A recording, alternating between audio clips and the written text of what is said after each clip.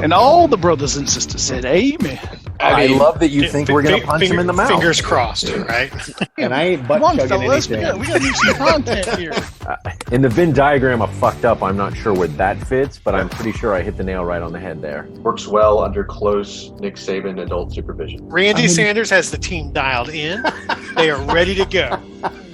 How many bananas do you want out of me? Don't know. I kind of want to give Vanderbilt some love here. I love those head games at the two. You got to weigh all your it's options. so much fun. Nobody wants to go Lane Kiffin here? I might go Lane Kiffin here. Welcome back, ladies and gentlemen. It is the second to the last episode of Liquor and Leagues. It's hard to believe. We are almost done. College football is almost completely over for the 2021 season.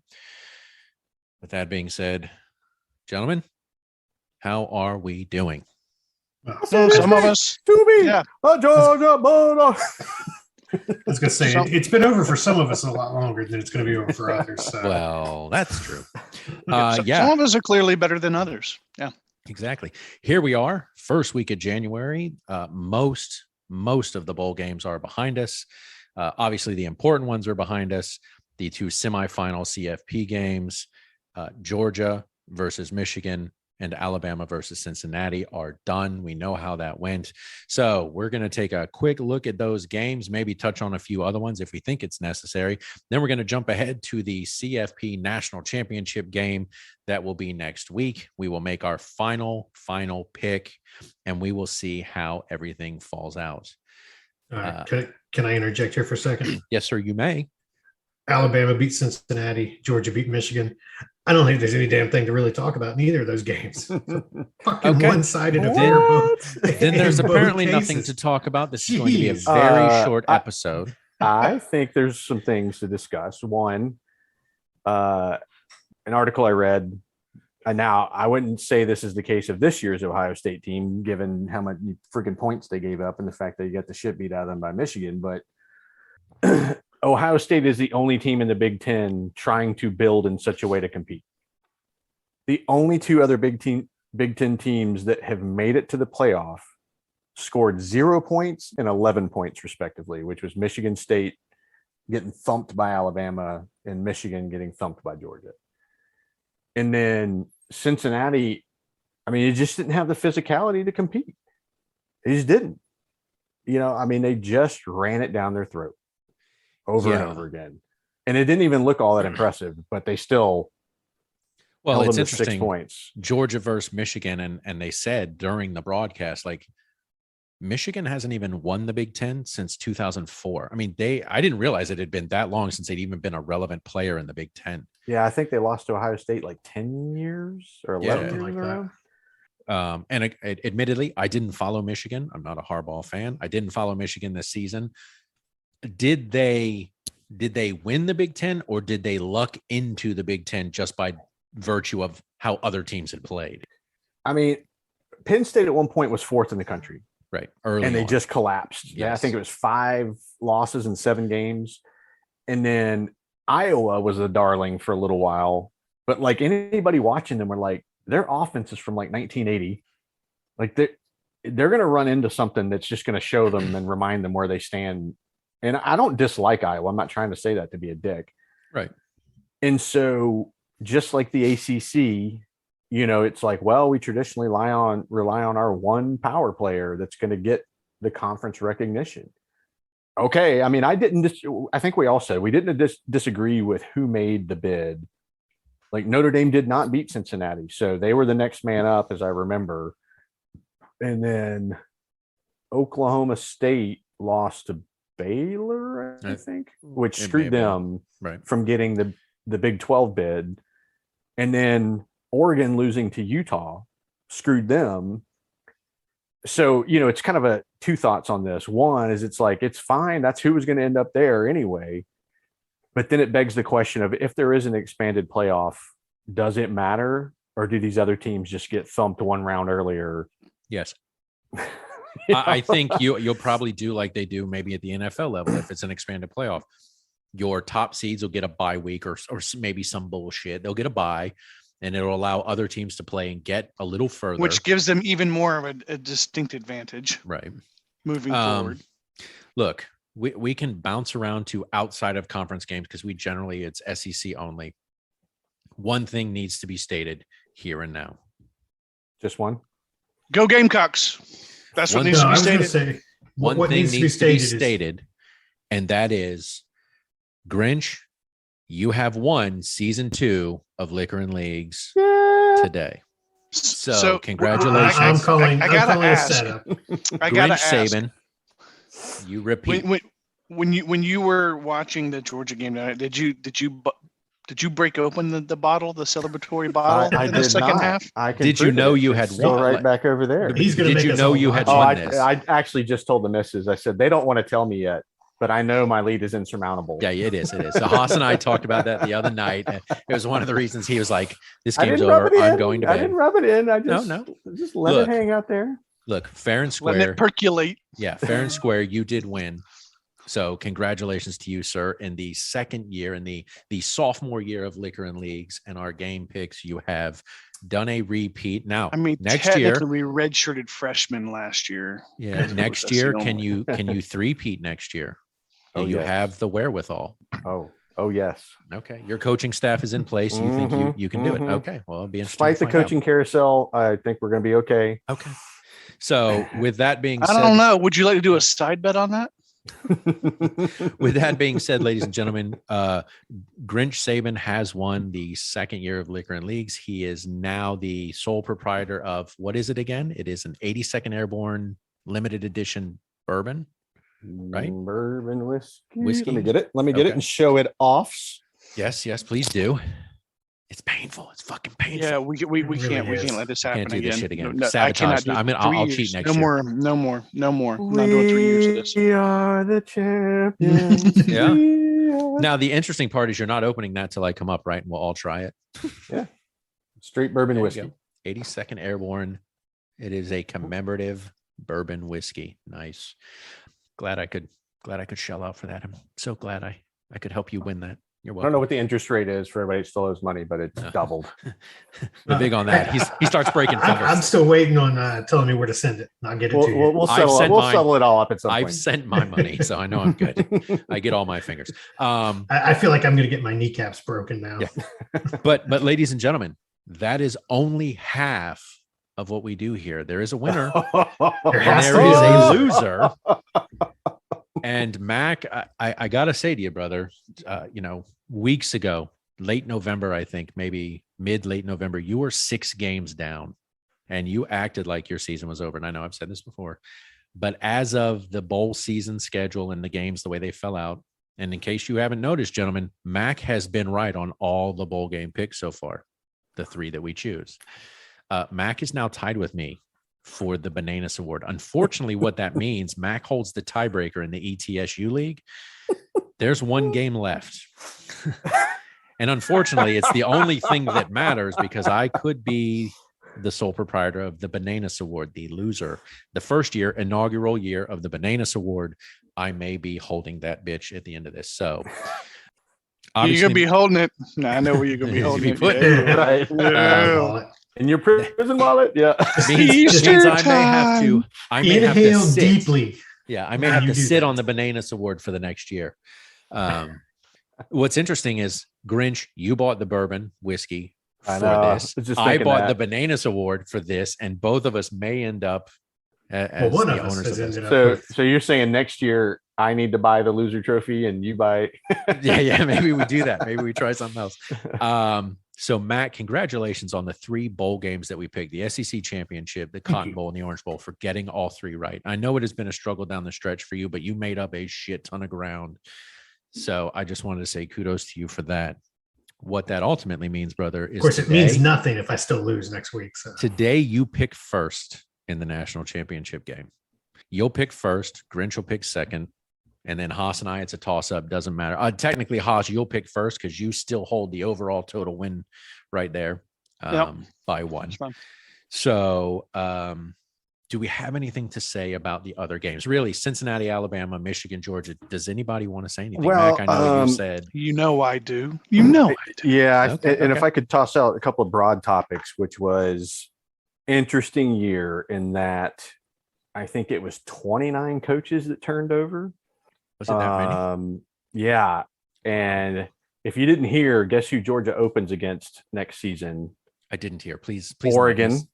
Guess who Oregon's new head coach is? Yeah, Dan Lanning. Where is that going to be played? Is that going to be like I don't know. AT&T Stadium? Or? Probably, or like Chick-fil-A, or like Mercedes Bowl or Mercedes-Benz Stadium. Yeah. It'll be a neutral site. So huge turnover of coaches in a year. Like going back last year, we were like, COVID, everybody will get a break. They didn't. No, they did not. And despite the full season, nobody got a break this year either, to include mid-season fires, a coach whose AD was fired and was like, how long am I going to be here? Manny Diaz, who's now defensive coordinator at Penn State, I believe. Yep. So you had multiple games with the coach in waiting on the sidelines, or not in the sidelines, but at least in attendance. Billy Napier at Florida comes to mind. Best thing that man did was not coach that bowl game. Yeah, he needed to not be a part of that. So not be part of that. You had Bob Stoops coaching Oklahoma. What a win, man! They beat the shit out of Oregon. Yeah. Trying to think of who else was like in attendance but not coaching. Doesn't matter either way. The broad theme is huge opt-out year. Number of key players that just opted out, which is going to be the trend. It's here to stay. It just is what it is. Because if you're not probably in the playoff game and you're a first high second round draft pick, look what happened to Matt Corral, Yeah. So I think that's here to stay. And I think there was a couple of teams that just got hosed, like NC State finding out the day of they weren't going to get a bowl game. It's all fucking the way bullshit. to the other side of the country. And they get screwed. Using COVID to not play a game. I don't think they really wanted to play. How many games actually got canceled? Was it, I think 5 total bowl games last time I counted. Because like Hawaii Bowl. Never mind the number of coaches and players that didn't play because of COVID.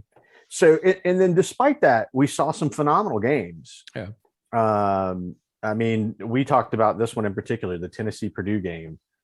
If you're Tennessee, you have nobody to blame but yourselves. I don't know what you were doing at the end of that fourth quarter, going for it twice and not moving your kicker up at all. Right. So you left him with a 57-yard field goal. And then that controversial call at the end. Right. But then Oklahoma State, Notre Dame was a great game. Utah, Ohio State was fun to watch. So there were some really fun games. It's been an exciting season. Hate to see it end, but it is what it is. Alabama, Cincinnati was an outstanding game for the first 2 drives, and then it wasn't. Neither of the opponents scored a touchdown. No. But the way Cincinnati drove, I thought they're going to make this competitive, and then they couldn't get in the end zone. And real quick, I think it's important to point out that Shane Beamer won his first bowl game. Sure did. The Duke's Mayo. Sure. The Duke's Mayo Bowl action. Yeah. And got himself a mayonnaise bath. I stand corrected. I think Michigan scored at the end and went for 2. So yeah, they did. Yeah, look, I stand corrected. Look, Shane Beamer not only won his first bowl game, but he was also the first SEC team to win a bowl game in the postseason. I don't know what the fuck. Cross-state rivalry. Yeah, against North Carolina. They played there in Charlotte, and that's one of their higher recruiting grounds is the Charlotte area. So that helps. But because it's a major metropolitan city of sorts, and it's the closest major metropolitan city to Columbia. We went into bowl season with 13 of the 14 teams getting a bowl bid, which was unprecedented in the SEC. If you take Texas A&M out because of COVID, that's 12 out of the 14 teams. Prior to the SEC or the South Carolina, North Carolina game, no SEC team had won their game, Florida included. How the fuck you lose to UCF, I'll never know. But we're not going to talk about that. Yeah. And then since only 2 other teams had won, and that was Alabama over Cincinnati and Georgia over Michigan. So by and large, the SEC has had an abysmal postseason. I know Kentucky has gone on to win. Tennessee losing to Purdue was fucking ridiculous. Mississippi State lost. Haas. Missouri to Army. Was it Army or Navy? To Army. Game-winning field goal if I How remember do you right. lose to a fucking military institute? They can't even recruit. They're not allowed. And yet Yeah. you lose. So the SEC, unfortunately, has not had a good run in the postseason. Obviously, the only run that matters was Alabama and Georgia. So, I disagree.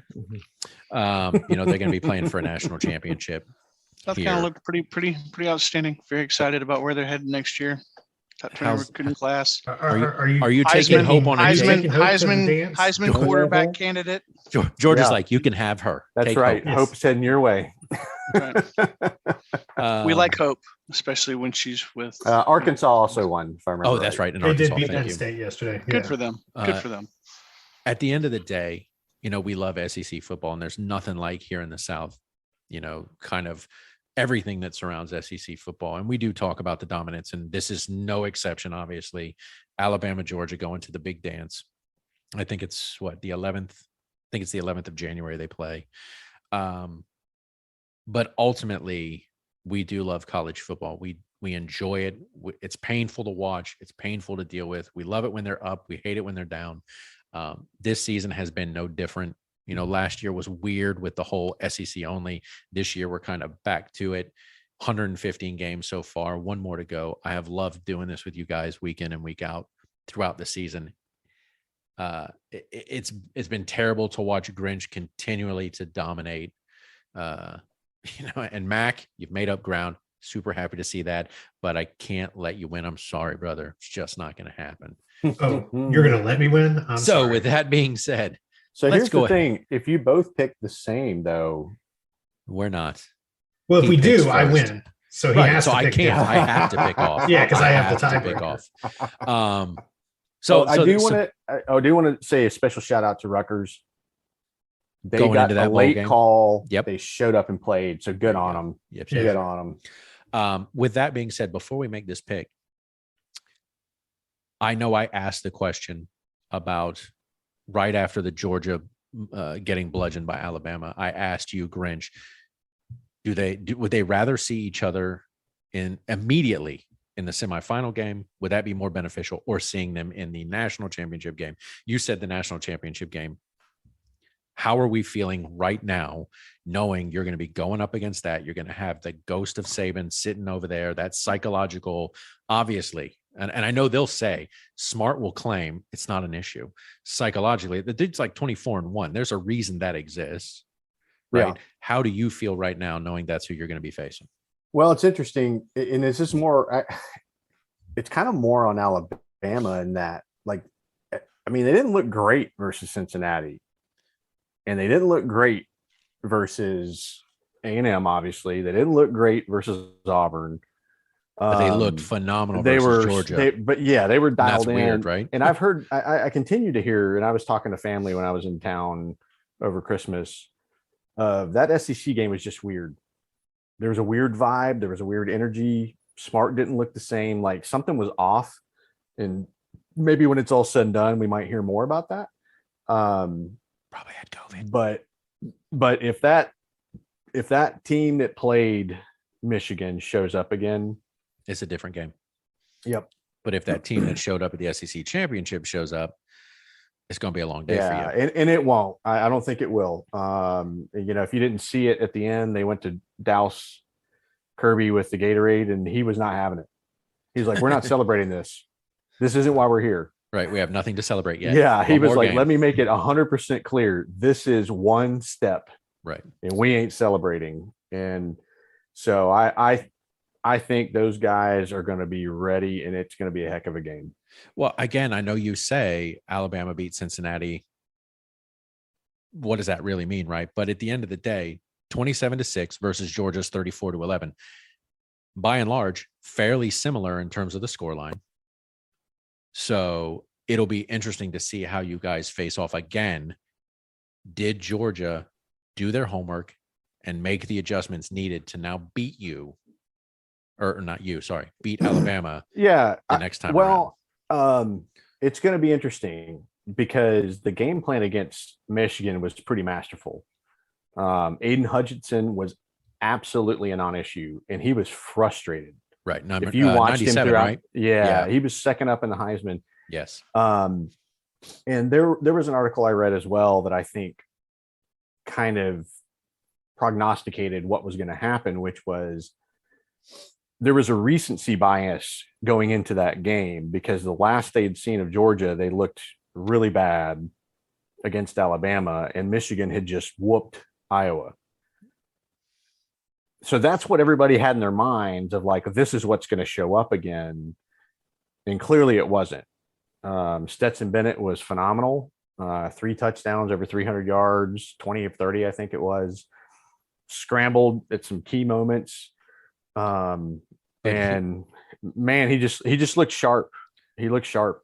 But here's the issue with Stetson Bennett, and I know you are a big JT Daniels fan. Stetson Bennett tends to play well when he's out in front. When he gets behind, he starts making poor decisions. They cannot afford to get behind against Alabama. If they do, because your team, at least by and large so far, has not shown that they're built to play from behind. Hey, as John Madden said, the team that scores more points is going to win. Amen. Amen. All right. Well, if nobody has anything else to say, I would love to get to this fucking final pick and just find out. Yes, please. Sorry. Anything. I appreciate that. You heard it here first, ladies and gentlemen, from Haas. Anything. Okay. So let's go ahead and move on to our final pick, the January 11th CFP National Championship Bowl game. Georgia, number 3 versus Alabama, number 1. Mac, you are going to pick first as the winner of all of your picks for the bowl season. Congratulations once again. Then it'll be Grinch. And then Haas, I don't care if you go first or I go first. It doesn't really matter. We can say it at the same time. I don't care. All right, Mac. So it is now left to you to make the final pick for Aldi Marbles and not the Bananas Award. Who would you like? Alabama. So you're going to roll the dice and you're going to say Alabama. Well, how am I rolling the dice? They've beat Georgia 7 straight. Okay. So he's going to me now. Surprisingly, they are, I think, a 2.5 point underdog. Georgia is a 3-point underdog. No, it's the other way around. No, it's not. Yeah. Not this morning. It wasn't. I checked it. I just checked it before we started talking. Yeah, about the opening it, so. line was Georgia, 2.5 point favorite. Sorry. I'm just looking. You seem stunned. Oh, quick side note: LSU has not played yet. They play on the 4th. Who gives a shit? SEC bowl count. I know, but who gives a shit? They're playing the mighty Kansas State. Woohoo! Where is the national championship game? Just out of curiosity, I don't remember. Indy. Okay, I know it's Monday the 10th. So I'm still sticking with Alabama. Yeah, it's fine. I think the pedigree is there. I think they've been here before. I think they're going to pull it out. All right, Haas. Sorry. Okay, Haas, I don't know enough about sports betting. It says Bulldogs -3. Does that mean they're down 3? No, they're giving away 3 points. So Alabama is the underdog. Yeah. Yes. Okay. And then which is like the second time in like Saban's history. Okay. Then I being an underdog. But I mean, let's be clear here. I mean, giving away 3 points is like basically a pick 'em. It's a pick 'em. It's nothing, right? Okay, so you're going Alabama. All right, Grinch, Georgia versus Georgia. Alabama. Of course you are. Haas, do you want to go or do you want me to go? I'll go first. Go, brother. I want Georgia to win, but they haven't proven that they can beat Alabama. That's true. So But I'm gonna root for Georgia, so I'm gonna pick Georgia. Okay. Well, we know who you're picking. Yeah, you know who I'm picking, and I'm picking them for The fact that you don't want to have to send a bananas. Every I guess podcast. So the question is that who you would have picked if I had picked him? If you weren't forced into that? Would I have picked them? Right. I don't know. Honestly, I thought about this yesterday. I was talking with my dad, and my dad, Grinch, much to his chagrin, he was like, I'm going for Georgia. I think Georgia has learned their lesson. They've done their research. They're going to come out and they're going to punch Alabama in the mouth. I can see where that makes sense. They've probably watched a shit ton of game footage and they don't want a repeat of what happened back in December. That was probably an incredibly tough pill to swallow because you guys were riding a massive high going into that game. The numbers that you were putting up in terms of your defensive stats and stuff like that, and who you were as your identity. And they just came out and showed you for being a poser. And you guys are not going to let that happen again, in my opinion. Would I pick them, Mac? If you had said Georgia, obviously I had gone for Alabama. Right. But if you were just straight up picking, if you were in my position or Grinch's Right, position, who would you well, pick? not Grinch's position, because I Grinch is probably gonna pick would have Georgia regardless. ultimately I would have tickled my testicles and gone, what do you think? And I would have gone Alabama. Honestly, I think I would have gone Alabama because it paid dividends in the SEC championship game. right? Now, in that game, I thought they would win. I thought they were the better team. I said that throughout the season. I know you guys didn't like hearing it, but I think Georgia may have learned their lesson and they do not want to repeat. Now, we all could be wrong except for you, Mac. And if that's the case, so be it. But I think Georgia will not walk into this game lightly. They will not take it for granted where they're at. And so. And I think at the end of the day, I won't be surprised if either team wins. I mean, I think it, like you said, Hoss, it's that close. And I will say the other reason I went Georgia is You had to. Alabama's offense is like, I think it's third or fourth or something like that. And their defense is like, their offense is high, but their defense is like 18th. And Georgia, their defense is 1 and their offense is 8. And we've talked about this. Their right, but numbers defense aren't much. doesn't win championships. You said They don't. What did I say? Complete team. Their numbers needed to be closer. And Georgia is finally closer. And that's where I think it makes a difference. And that's the only argument I made. Defenses don't win. You need your offense to align. The upside Georgia has now is JT Daniels should be back. Grinch, am I correct? I know he didn't play because of COVID. I mean, I should don't be think he available. starts regardless. But I was going to say, do you disrupt? I mean, obviously Yeah. Stetson Bennett played well against Michigan. Yeah. Do you disrupt that even now at the first sign of trouble? I mean, how long of a leash does he have from Kirby to struggle before they put in That JT? I don't know. I suspect this is another storyline we'll learn more about after the season. Was he truly ready? And the thing is, leading up to the Michigan game, Todd Monken, Kirby Smart, and others were adamant of why Stetson Bennett was the starter. Well, and so I think the scheme is built around him and his mobility. But I think the minute he starts making mistakes, well, again, my concern is if Alabama gets out to an early lead, Georgia's going to be playing from behind. They're going to struggle. That's a chance I take. The difference is Michigan didn't have to account for JT Daniels. They didn't even have to worry about planning for that because he was never going in. Now Alabama has to account for the possibility that JT Daniels might be in the game. And that definitely throws a wrench in the works. Yeah. I mean, he was there. Yeah, I saw him, and he was suited up, Yeah. And I mean, you might say the fact that Michigan had 2 quarterbacks that they kept going back and forth on, and the fact that, I mean, it had a little bit of an effect, but still in the net, the game was what it was. Right. I mean, you might argue the opposite. I don't know who Alabama would go to. After Bryce Young. If Bryce Young gets hurt or something happens, I don't know who they've got. Because under Tua and Hurts, I mean, we saw both of them. Now I haven't even seen a backup. I couldn't even tell you who their backup is. And of course, the other point my dad made was it's East versus West, and he's always going to root for the East first. I'll vote for SEC first. And then when it's SEC versus SEC, I'm going to root for the East first. So it's time. Yeah. I told him that. And we've all said it. We're fucking tired of Alabama. Robinson ain't running for 249 yards or whatever the hell he ran for. If he does, Alabama wins this game. He just won't. No. He just won't. I mean, I think even in the SEC game, he had 46 yards. Yeah. Right, but they did exploit your secondary with their receiver. Now, the but question I'm not is, will sure Mechie be back? Yeah, I don't think Mechie's coming back. Yeah, I have not heard a word about his status and whether or not he will be there. And I don't know if that's Saban's playing it close to the chest or what. So either way, Mac, it's set in stone right there, brother. You will either go undefeated in the bowl season or you will be carrying the Bananas Award. I will bring it with me. No, I won't. I will bring it with me. Celebratory.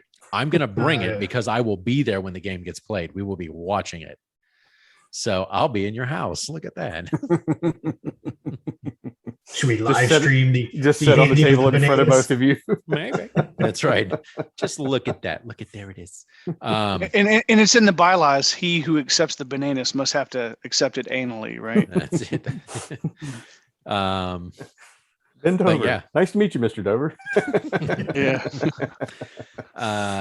It has been a great season. I have loved doing this with you guys, and I do appreciate it. Obviously it's bittersweet that Grinch has won 2 years in a row. We obviously need to figure that shit out and figure out how to be, a little more competitive. But if you look at the stats right there, 115 games, we're all in the upper 70% in terms of win percentage. So that's awesome. And obviously, I've already got season 3 set up and ready to go. As soon as the schedule comes out, I'll make sure and get those in so that we're ready for next year. If nobody else has anything, then we will close the book on this episode. We have one more episode to go. We will do it, obviously, after the national championship game. Mac, good luck. May the gods not be with you. May they be with me.